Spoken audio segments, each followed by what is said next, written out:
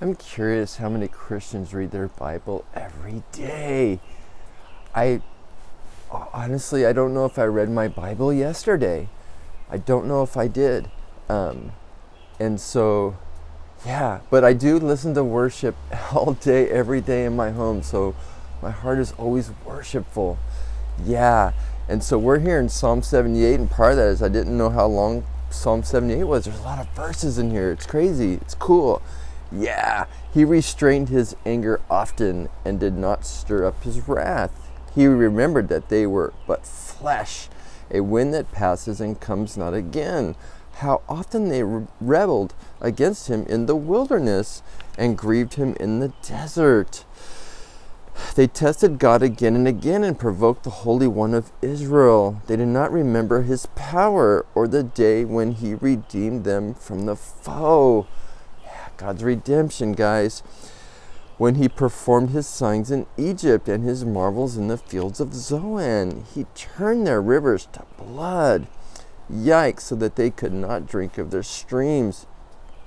He sent among them swarms of flies which devoured them, and frogs which destroyed them. He gave their crops to the destroying locusts, and the fruit of their labor to the locust.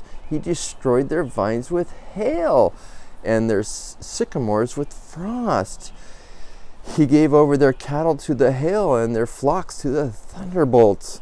He let loose on them his burning anger, wrath, indignation, and distress, a company of destroying angels. Wow, we want to be obedient. Yeah, he made a path for his anger. He did not spare them from death, but gave their lives over to the plague. Yeah, he struck down every firstborn in Egypt, the first fruits of their strength in the tents of Ham. Wow.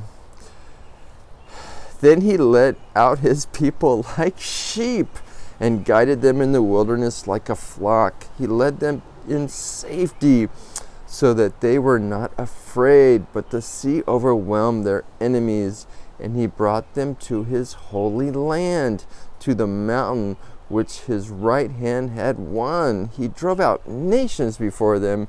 He apportioned them for a possession and settled the tribes of Israel in their tents. Yeah. Then he led out his people like sheep and guided them in the wilderness like a flock. Yeah, guys. Grace and peace.